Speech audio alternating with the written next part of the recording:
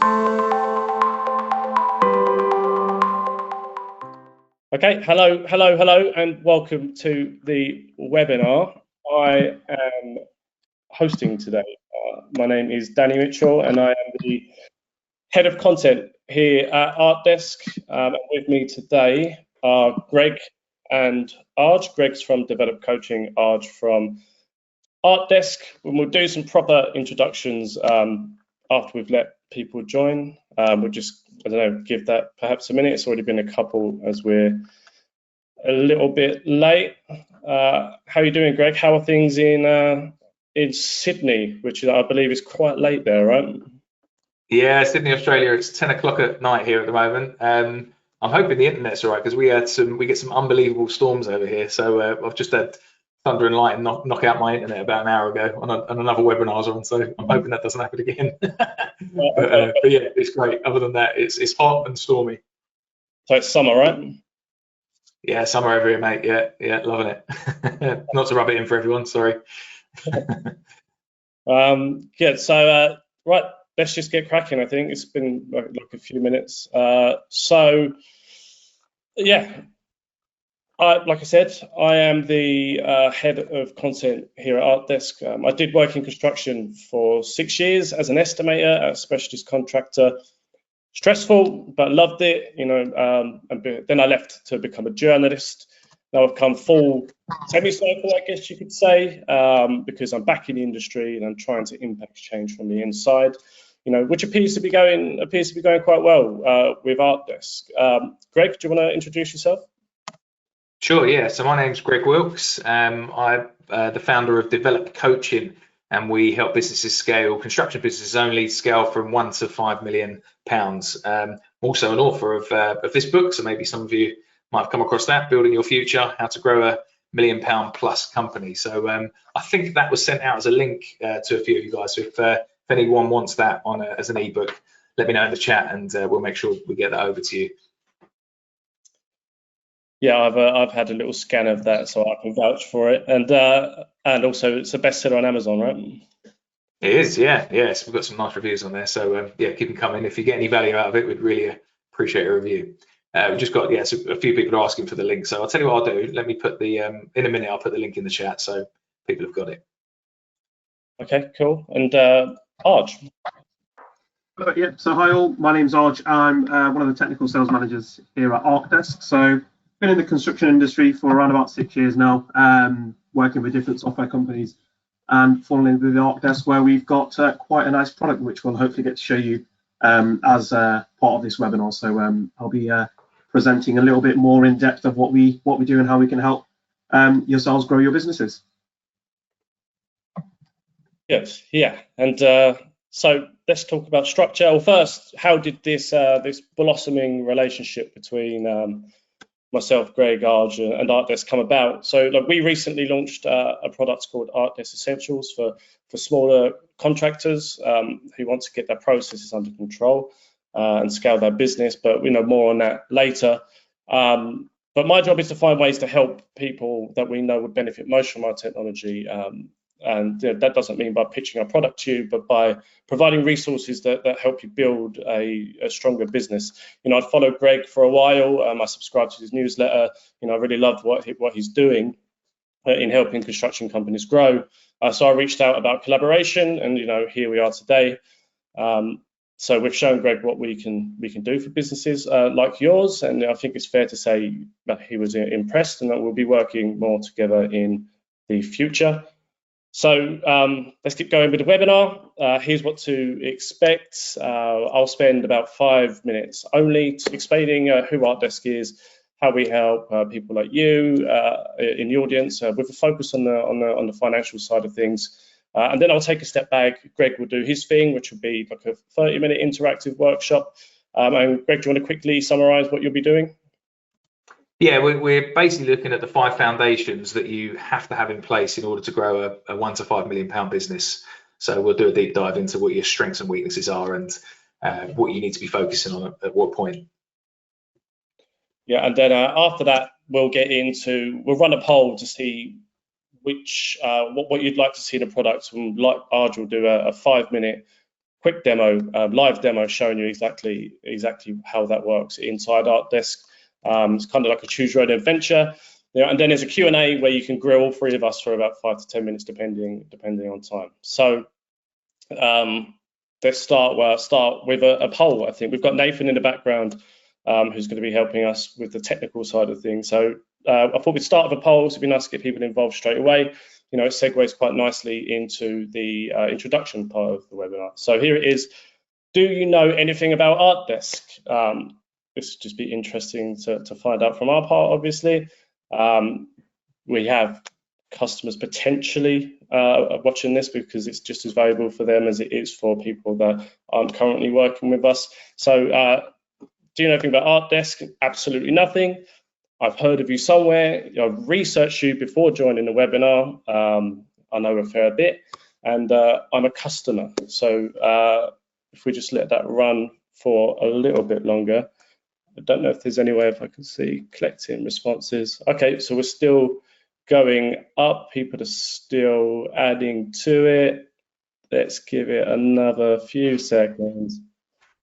And okay, shall we show the results of that poll? So 53% have not heard of ArcDesk, which is to be expected. And the rest is split. I've researched you. Not many people researched us before joining the webinar, which is interesting. I've heard of you somewhere. I know a fair bit. And we do have, I'm not sure how many people are watching, but at least a customer watching, which is good. So let's talk about, for those people that know absolutely nothing, who ArcDesk is and why we do what we do for people like you. So on the surface, ArcDesk is a construction business management software company, and I know that's a mouthful, and what does that even mean? What does that mean to you, like the person this software was built for and that it's built around? Well, we do it all, so project management, financial management, planning, scheduling, reporting, etc., etc. But let's take one thing and focus on that, and that's getting full visibility of your business and project finances, because all roads lead to there, right?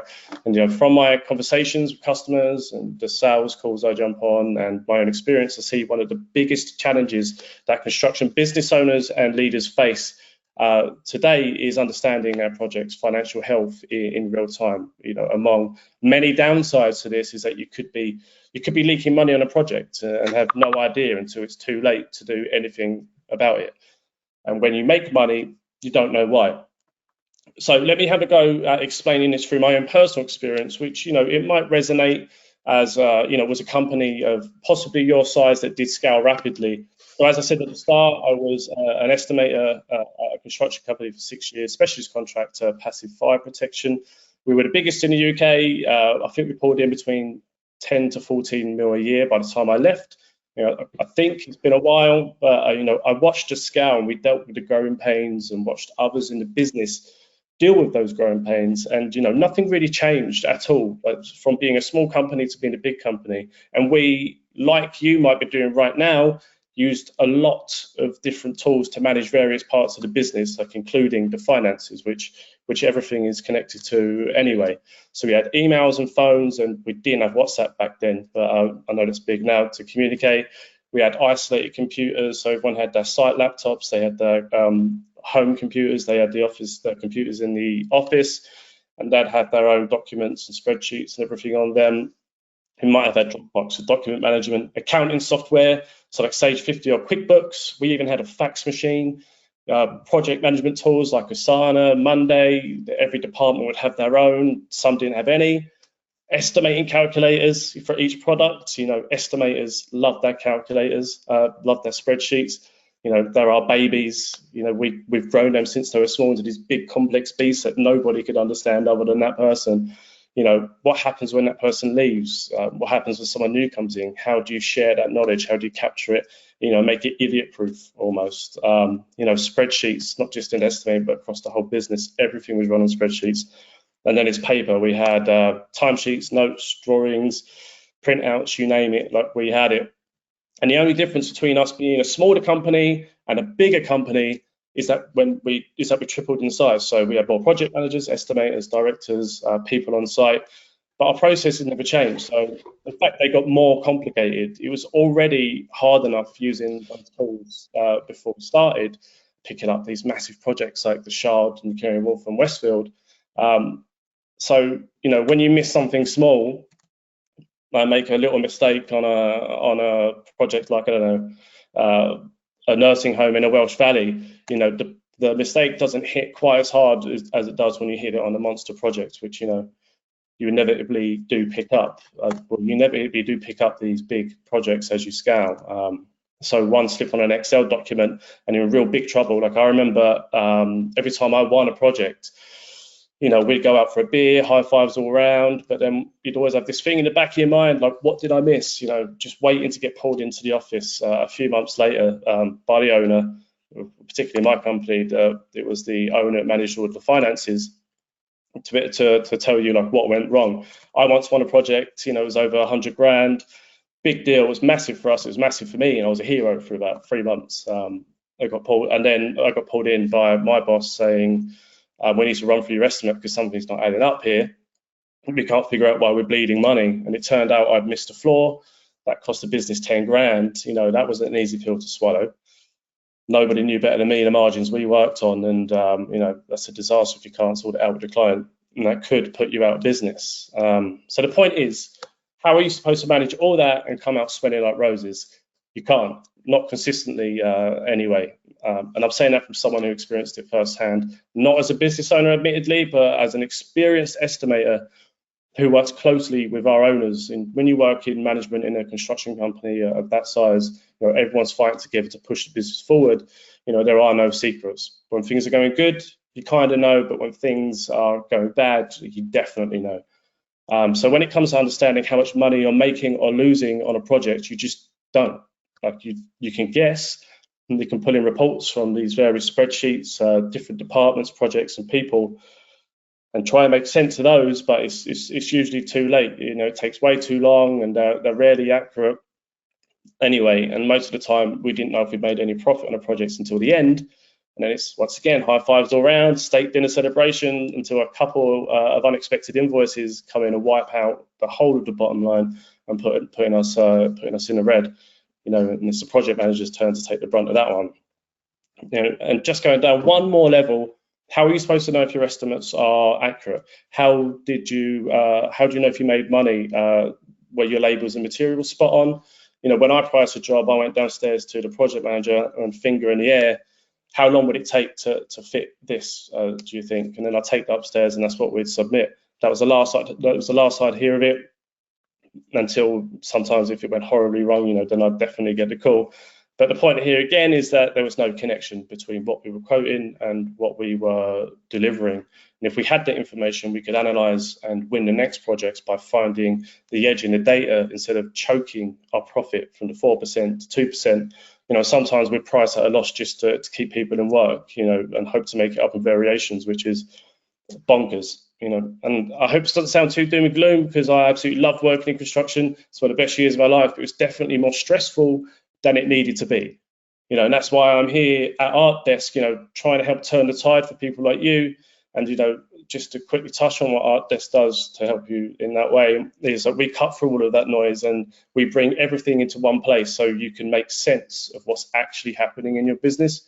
So all of those tools and those data, siloed data that I mentioned before, the ones that you might be using too, either makes them redundant or brings them into one system. So your accounting software, for example, we're not going to handle standard business finance process, but in Sage or Xero, so you can integrate them into ArtDesk. Saying that, there are finance processes that these systems cannot do that we can, which is why it's kind of nice to have both. And because everything is on one system and your teams can update everything in one system, it's all real-time data flow. So you can see all your financials on easy to understand dashboards, and the information won't be 2 weeks too late or on these hard to decipher formats. It's all nice and pretty and in front of you. On a project level, you can see the project value, which is how much you've quoted on a project. You can see that against what you've spent so far, what you've been paid, what's left in the budget, and more importantly, how much profit you're making. And you can see the sum and status of all sales invoices, purchase invoices, and purchase orders. Just log into your environment, and it all pops up right there in front of you. And that means you can be confident in how much money will hit the bank once the project is done and dusted.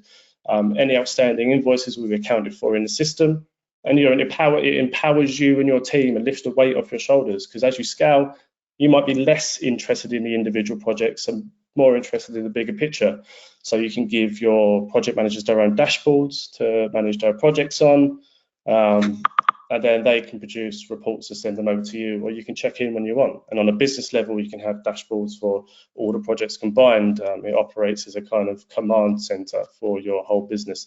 So instead of chasing information that might be wrong and outdated, you can just log into ArcDesk and there you go. Almost nothing will get by you.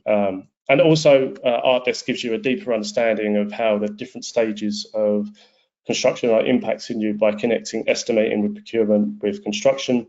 Because knowledge is power, and access to all this information in real time certainly gives you the power to make data-backed decisions on the spot. So instead of cutting margins to win projects, you can find the edge in the data, which you probably get lots of data, except now you have a way to analyze it and put it to work. So, right, that's me. I'll stop talking now. But basically, to cut a long story short, after already telling a relatively long story, there's a better way to do things than using spreadsheets and disconnected tools. And the problem will only amplify as you scale.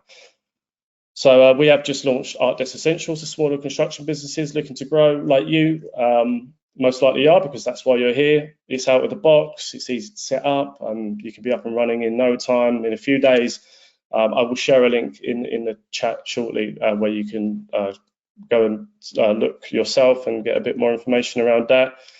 And speaking of growing and scaling, that's why you're here, to learn about that from the expert Greg Wilkes, and that is why I will hand over to Greg right now. I appreciate your attention. Thank you.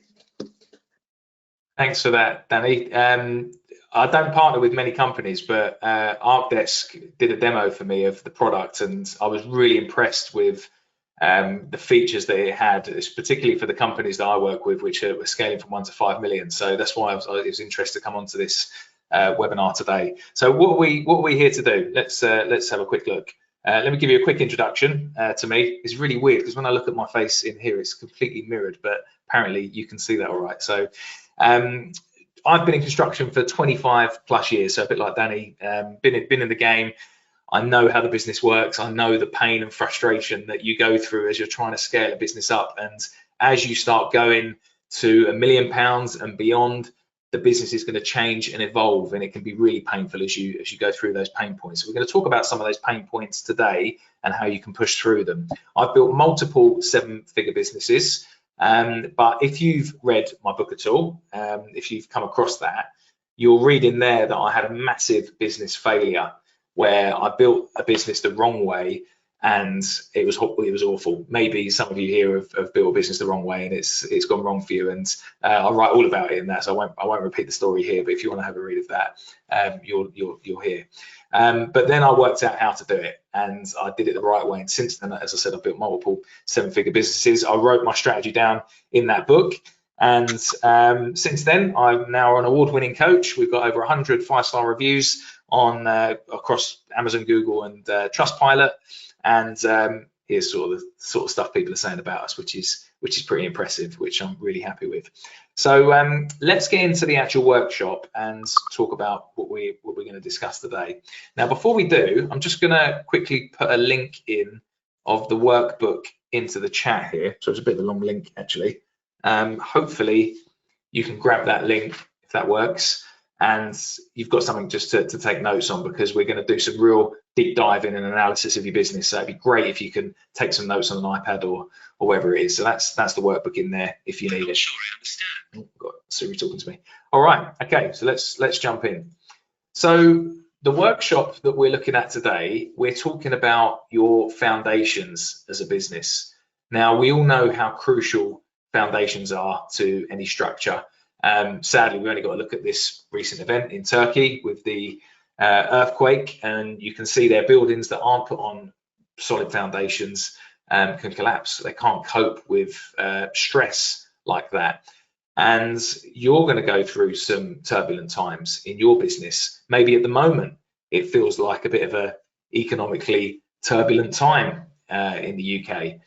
And sometimes it's going to cause a bit of a stress test to your company. Can your company cope with the stresses of an economic hardship? That's when it really tests the mettle of what sort of business you have when you're going through times like that. And we want to make sure you've got the right foundations in place. Now, it's not just the economy that can test our business. Sometimes life can test our business. Maybe you go away on holiday and that's a little bit of a stress test.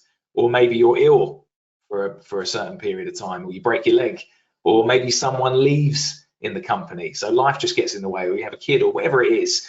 They can cause little stresses in your business. And sometimes those stresses can just see whether there's any cracks appearing. And sometimes we have to wait until those stresses appear before we can see those cracks. So you want to do a little bit of a stress test, and we're going to do that in your business today in this workshop. Have a little bit of a stress test. We're going to analyze your foundations and see what your strengths are in the business, what your weaknesses are, and we're going to see it really clearly as we go through this. It'd be really interesting in the chat. I don't know how active you attendees are, but in the chat or in the questions, I'd love to know what sort of businesses we've got attending the webinar today. So maybe you could just let me know in the chat, what is your business? You know, whether it's refurbishments or new builds, or you work for main contractors. And I'd love to know the rough size of your business too. That'd be really helpful. So, you know, you're a £1 million company, 5 million, 10 million, be really helpful just as we go through this to hone the content. So let me know in the chat, or either in the chat box or in the question box, what type of business you are, and just help me to see who we're dealing with. So as we go through this, the first thing we're going to do, show my iPad, we're just going to go through this ascension model, and I'd love to know where you are on your journey. And it's really important for you to think about, as you go through your business journey, where you are right now, but more importantly, where are you going to hit barriers in your journey to growth? It's really important to understand that and recognize that. So I always say that there are 4 phases to your business journey. And the first phase I put down here, and that is a business owner who is on the tools in their construction business. We all have to start off there generally, but most business owners that are on the tools can generally create a business. So this does vary depending on what you're doing, but it'll be somewhere between, say, 250 and 450,000 pounds, and then they will hit a barrier. They cannot grow beyond that amount until they finally decide to come off the tools. So just let me know in the chat who's on the tools. So we've got Ruman is on the tools. Be interesting to know in the audience who's actually in this barrier at the moment, or in this particular section. And if you are, I'm sure if you've tried to, you might find you're hitting a bit of a barrier. You just can't scale past that 450k mark or somewhere thereabouts unless you finally come off the tools. Now the next phase up from that is what I call mastermind. Now the reason I call this mastermind is because I run a mastermind program at this level, and we're helping businesses scale between £1 and £5 million, and we will show you all the tricks and tactics on how to do that. But whatever we teach you in this mastermind will only get you to that level, that sort of 5 million, and then you'll hit a barrier again. All the structure that you've put in place and whatever else, it won't quite get you past that. So be interesting to know just in the chat who is at that level, at mastermind level, a £1 to £5 million business. So we've got a few coming in here. So Simon, £2.5 million company, painting company. Yeah, that's great. So so some of you will be in that barrier, and you may find that you've hit that level and you can't get past it. The next step up from that is what I call boardroom. So boardroom is where you're sitting as a CEO of a business, and you've got underneath you an operations director and a finance director and a sales director. And we're talking businesses here that are easily 5 million plus and they will just go on, 5 to whatever million it's going to be. And I know ArcDesk can help you all the way through that journey, and wherever you are, particularly, I think if you're here or here, ArcDesk software can help you with that. But it'd be interesting to know who's in boardroom at the moment, who's got to that level where they're now sitting as a CEO. At this level of business, what's quite interesting is that actually you can probably get an exit here. If you ever wanted to sell the company, this is where you'll get it. Very difficult to sell a business down here at 1 to 5 million when it's so owner operated. It's quite a tough ask. But up here, you're a CEO and you can be replaced, and you've got all the infrastructure in place. So you'll get into boardroom, and what is the top one? We know we've got one thing left, and I call this the visionary.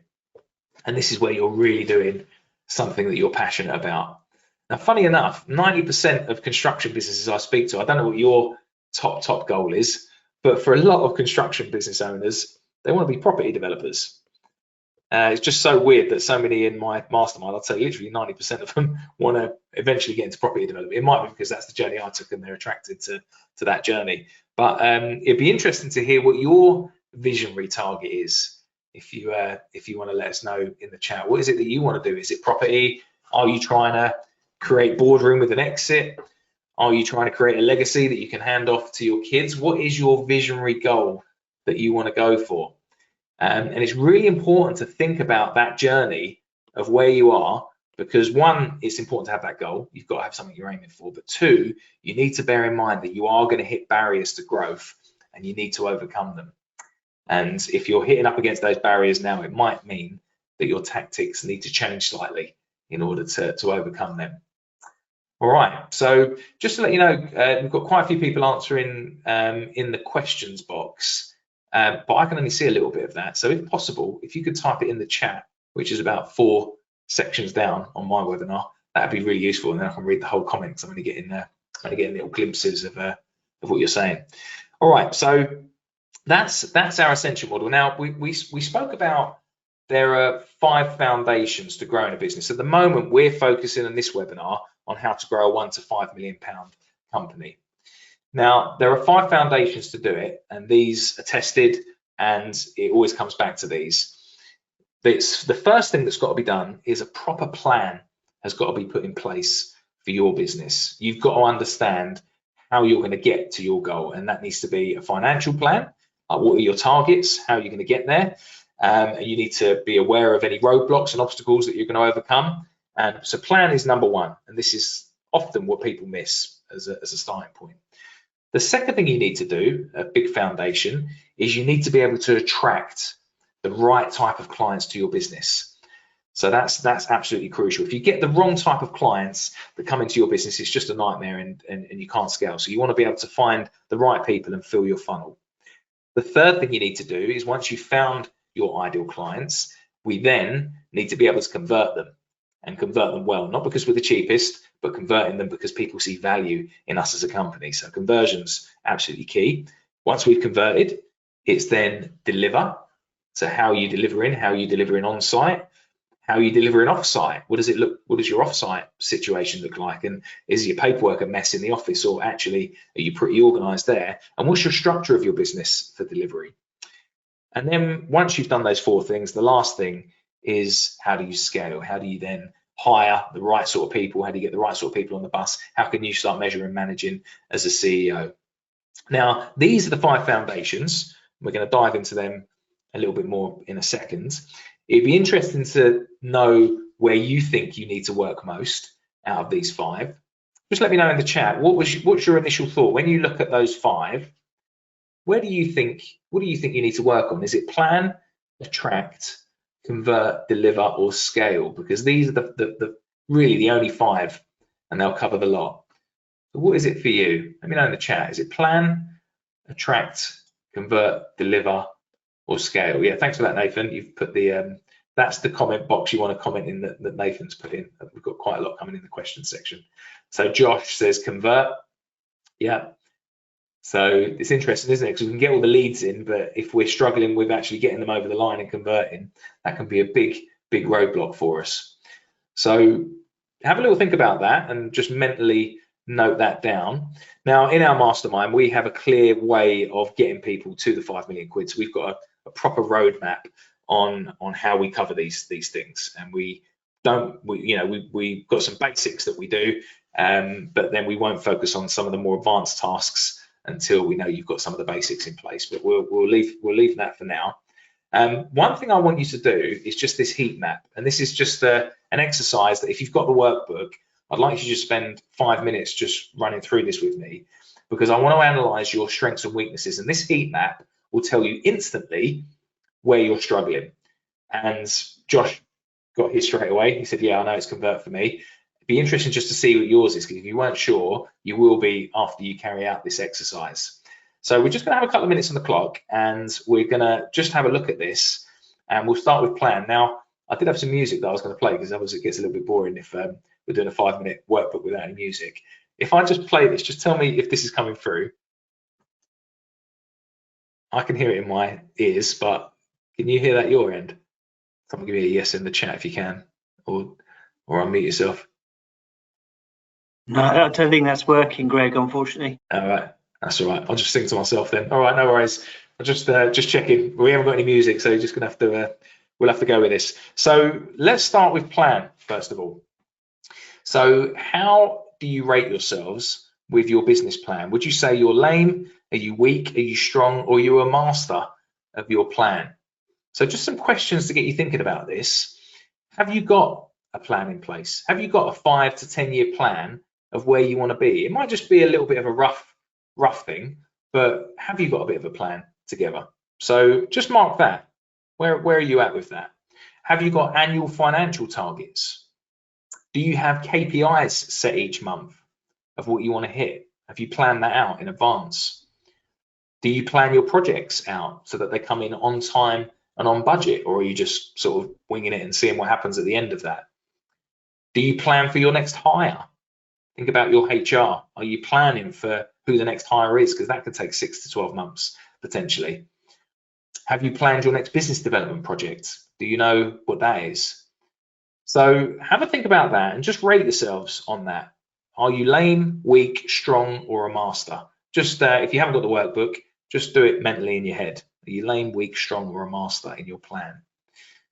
The next thing we want to think about is your ability to attract your ideal client to your business. Where would you mark yourself on this? So some of the questions I'll be thinking about on this is, have you got your USP sorted? Is it clear what your unique selling point is as a business? Why would someone pick you over Bob the Builder next door? Is it clear what your USP is? Is your website on brand? Yeah, have you got a high performing website? Does it look right? Does your website, just talking about websites on brand, is your website showing your ideal type of projects? Because that's really important. You get what you pitch for. So if your website isn't right, you're not going to attract the right sort of people. Are you active on social media? Are you collecting reviews regularly? Is your marketing strategy working? Have you got a marketing strategy? So maybe just rate yourselves on that. Attract. Where do you rate on that? Are you lame, weak, strong, or a master? All right. Then the next one we've got is convert. So Josh said this was the one he needs to work on. So maybe this is for you too. Is convert for you? Are you tracking your sales via a CRM system? Maybe something like ArcDesk might have that ability. Are you pricing accurately? Are you providing quality presentations to your clients? Or are you just submitting a generic quote that goes over? Do you have a process for following up your leads? Are you engaging in maybe email nurture campaigns to try and get people over the line with conversion and building up that sort of relationship? Just think about that and then rate yourselves on convert. Are you lame, weak, strong, or a master on that? And then we've got deliver.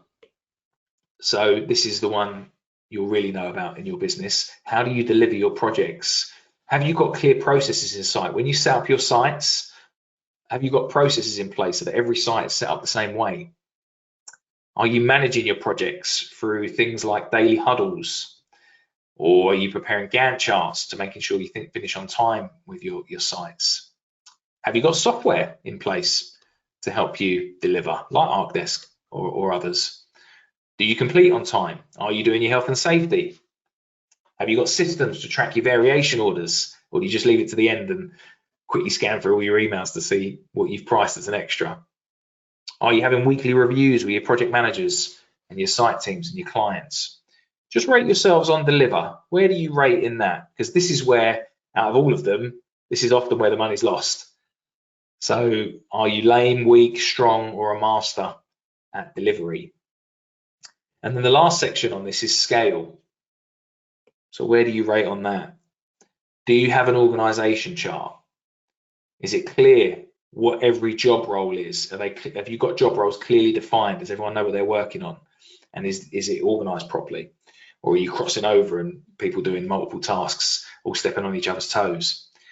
Thinking about scale, can you go away for 2 weeks on holiday without your business falling apart? That's a good question to ask, a bit of a stress test. Because if you can't, maybe the scale isn't there. Can you define your company culture? Have you got a document that defines what your company culture is about so that you're hiring the right people that match that culture? Do you have contracts for your clients? And do you have contracts for your employees? And a big one that seems to get missed, which is so important, is do you have SOPs or documented systems and processes in place for every type of task that you carry out? Is it fully SOP'd? Yeah.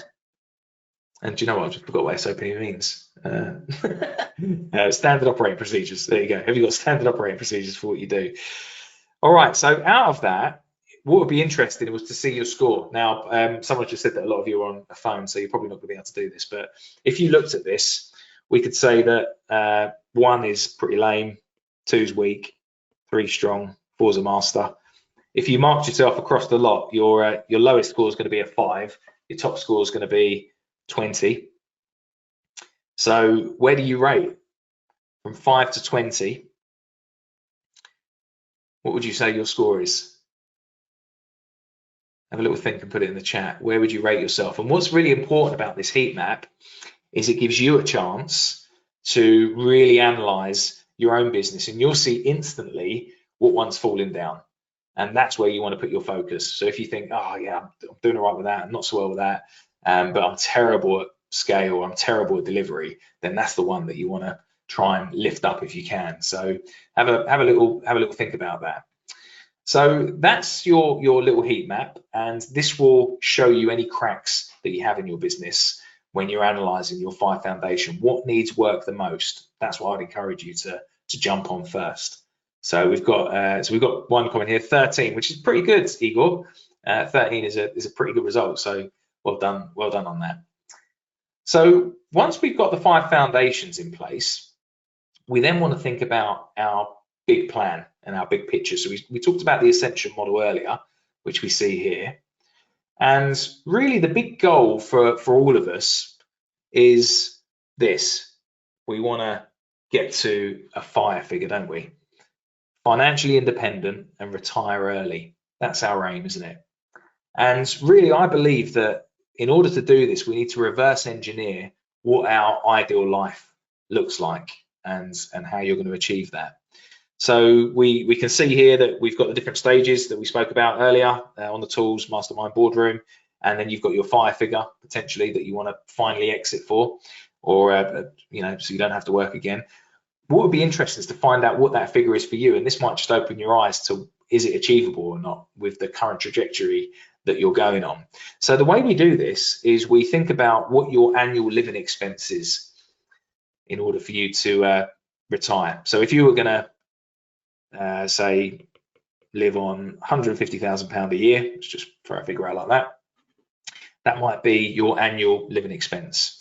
Now there's been a load of studies done on this FIRE figure, and they say that if you spent, I can't remember the exact study now, but it's something like if you invested that into stocks and shares and allowed for inflation and withdrew 150,000 a year to live on, then the figure what you need to divide that by is 0.03. And that allows for inflation and the average rise in index funds. So if we did 150,000 divided by 0.03, you would need a fire figure to retire of £5 million. So if you're doing this on your calculator, what's your figure? Stick it in the chat for me. What is your fire figure? Do your annual living expense that you think you need to live on and divide it by 0.03. Now, funny enough, some people go for a massive figure here, but the lower the figure is, the better, because you're financially free for a lower amount. So, but think of what your fire figure is. It's really important to get it clear in your mind, the figure that you're going for, so that you can retire. So we've got a 6 million that's coming here. Yeah, so that might be a figure for you. You might be a little bit lower than that. Now, once we've got that figure, we think, well, how am I going to get 5 million? Because that's sometimes quite tough to do as a construction business to, just generate £5 million in profit. So what we might be looking to do is exit the business. We might think, I'd love to sell the business at some point and get rid of it, or we may do it through property or whatever else. But if we were looking to exit the business, they use a calculation called EBITDA, and this is normally 4 to 8 times your annual earnings or your net profit. So if your fire figure was, let's do £5 million, that we said earlier, and if we divided that by 6, which is the average of what businesses sell for, so businesses sell between 4 and 8, so we'll just call it 6, then you would need to divide by 6. Yeah, so you would need annual profit each year of £833,000. That's what my calculator showed. Yeah. So this is why you want the workbook, so you can work through this in your own time. But that would be my figure that I would be going for as a construction company. If I wanted to sell my business for £5 million, roughly on average, I'd need to have annual profit of about 833 a year, annual profit. So then we think, well, how do we get that? How do we get annual profit of 833? Well, normally businesses, if we want 833k annual profit, then if we divided that by a net profit figure of 12%, 0.12, we would need to be turning over 6.9 million a year. So if we turned over 6.9 million a year, do you know what? I just realized I'm not showing my screen. Sorry. I'm writing all that down and I'm not showing you, so you're probably really confused. Let's quick run through that again. So 150k your living expenses, your fire figure's 5 million. If you want to get the 5 million, sell the business for £5 million, you need annual profit of 833k. And that means you need turnover of 6.9 million a year in order to sell a business for 5 million, yeah, at 12% net. So that might have just blown your mind a little bit there, but what the point is of this is that if you want to be financially free, you've got to have a plan in place of how you're going to get there. It's no good just winging it. If you want to get there, you need to put these numbers down and think about how you're going to do it. And one thing that we do with our clients, I'm just going to show you this very briefly, is we have a little bit of a tracking tool. Let's quickly show you this. So I've just got to share my screen on the thing here. Sharing. Right, pick that screen there. Hopefully that's going to work. Hopefully you can see that. So you need to track out how you're going to get to that 6.9 million a year. If I was going to do that, now that might not happen in year one. You may think, yeah, this year I've got a 5-year plan to get there, but this year I want to get to say 1.4 million, and you might put in your figures on how you're going to do it, and you can change those figures if you think, yeah, actually in the summer we absolutely smash it and we normally do a bit more. You can put that in and your figures will change. The next thing you need to know is, so first of all, you need to know your turnover targets each year as part of this plan. But the second thing you need to be able to do is understand what your gross profit margins are. And once you've got that figure, you can put that in. So let's say it's 30%, which is a really, really healthy figure to go for. Once you've got your gross profit in, you put your overheads in and your net profit.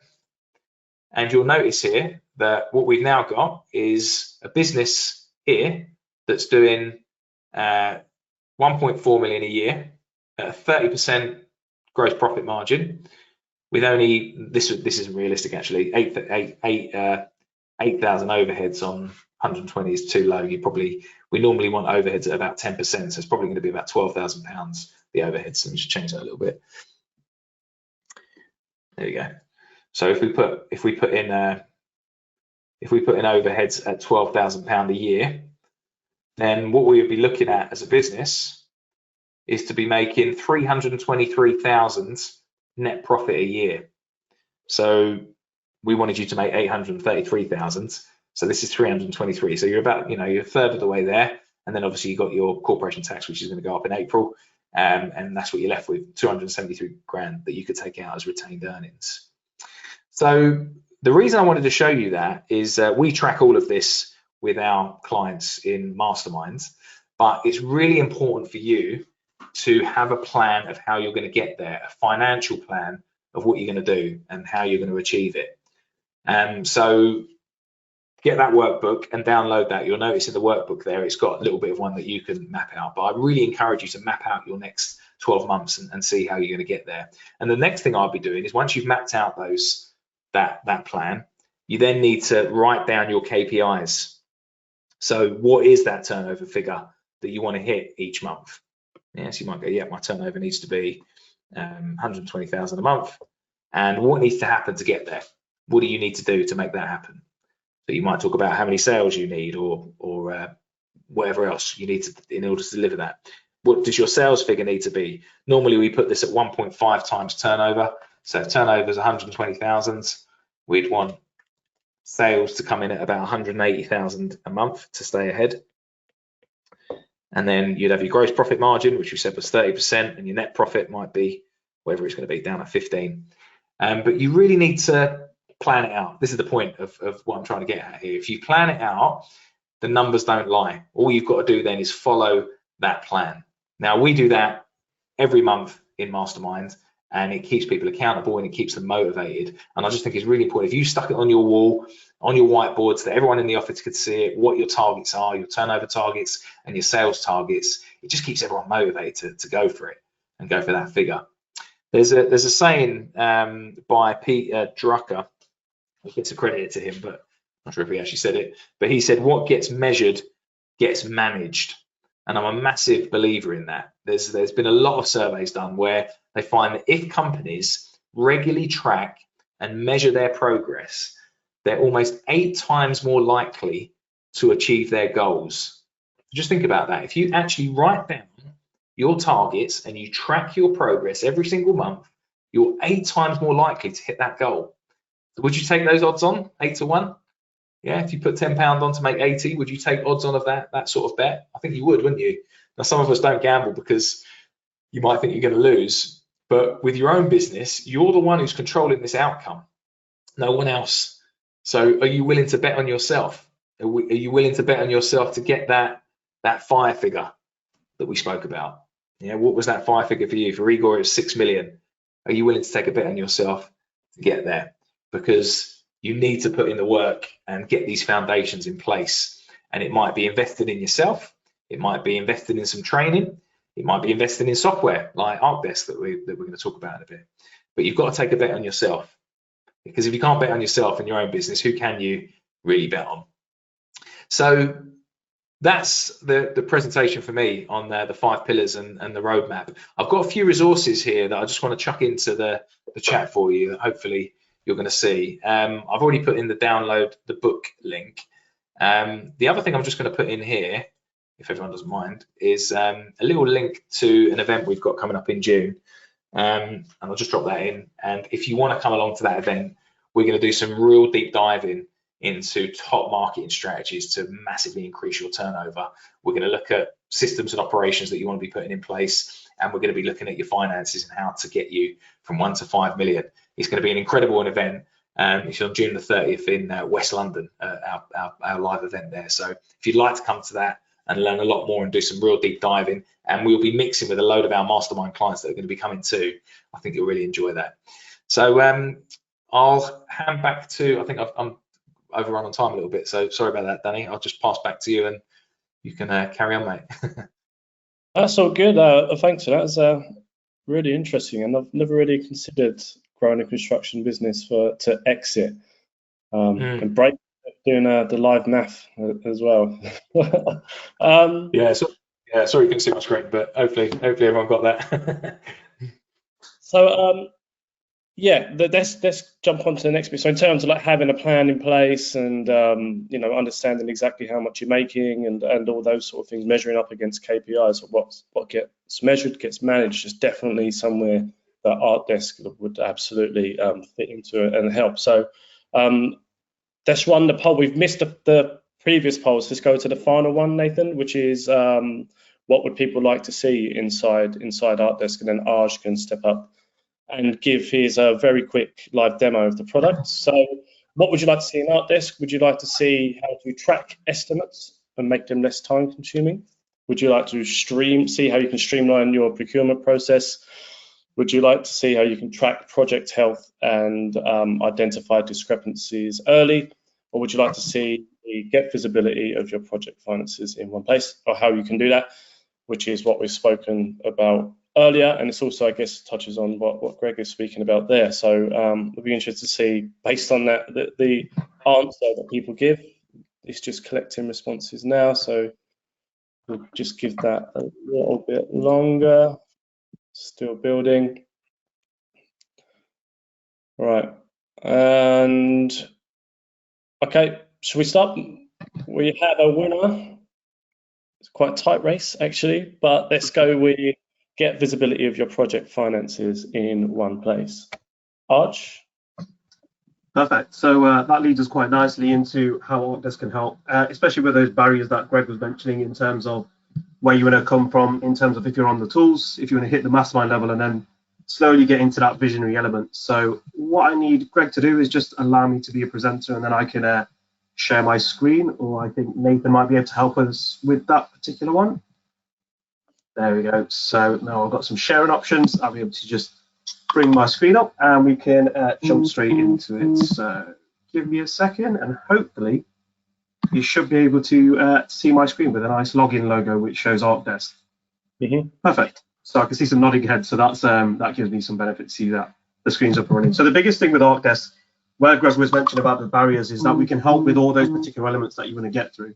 So if you're at that on the tools level, we've got our essentials package, which allows us to get you up to that mastermind level, where we can start getting you into that 5 million turnover business. And then when you hit the next barrier and you're trying to get into the boardroom stages, we can then start to move you up into our professional package, which allows us to move you into the areas where you're going to start tracking different sets of information, different sets of data, and have wider teams collaborating within the system. So one of the biggest benefits of ArcDesk is that we can help you to scale up your business along with the system and scale the system up with how we're growing. So we're just going to log into our essentials package to showcase how we can get you up to that 5 million kind of area and in that turnover level. And it's in terms of what you've asked for, in terms of demonstrating how we bring everything together so we can see a true financial health of everything that's happening.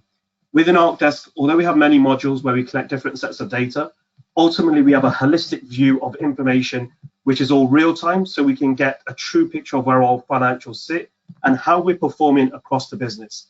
So where you're on the tools right now, and you've got all of these different platforms that you're using, all of these different spreadsheets with numerous errors on them that are collecting different sets of information, we look to bring them all into a central area where we start to use the project management tools within ArcDesk to help us manage the projects. And then, because we're collaborating on so many different projects that you're working on throughout the business to get to the mastermind level, we build you up with certain dashboards where we can start controlling processes and controlling that financial picture. Now, like I mentioned, all the data here is real time that's being collected from within ArcDesk. So like Greg mentioned, where you're getting into those CRM solutions where you need to start tracking things in a CRM footing, we can start to have a look at how many projects we've currently got in inquiries and what those look like on a monetary level. Because the data is all real time, if we need to start seeing any discrepancies on these by processes where we might be seeing things sitting too long and we want to move them ahead into our construction element, we can then start making actions quickly by being able to click onto any one of our projects and be able to get into the data set straight away so we can start making those actions happen for us quite quickly. So we're able to track all of that particular data when it comes down from the actual projects into a holistic view. But when we're working on a specific project and we need to be able to track the actual input of what's happening against that project and how things are performing. We're able to start doing that through the actual individual project itself, through financial dashboards. And what they're able to tell us is exactly how those particular projects are performing. So what we're able to see here is how we can get rid of all of those errors and discrepancies quickly. We can see where our spend levels are, where our budget levels are on different types of projects we're running for the business, and start to monitor the actual health of that particular project.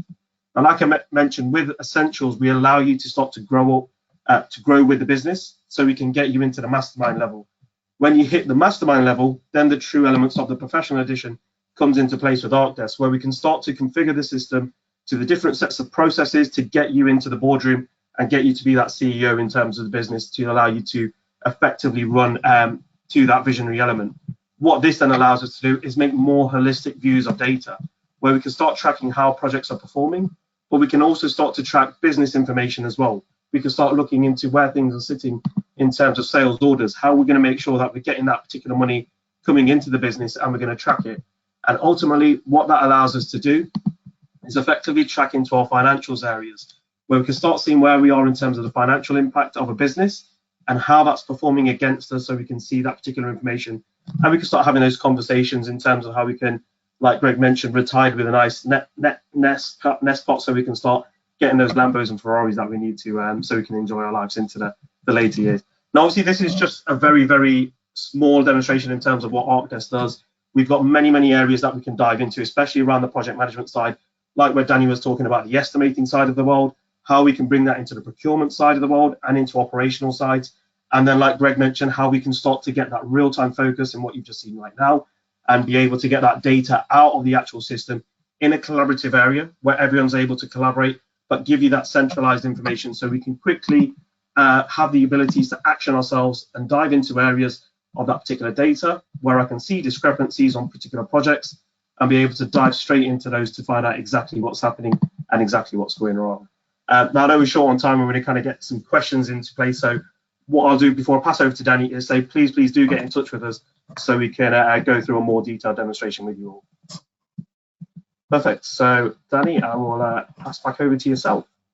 If I can stop this share. There we go. Thanks, Arch. That was great. So yeah, we are very short on time, but we'll definitely take a couple of questions at least. So if you have any questions, we've had a few already in the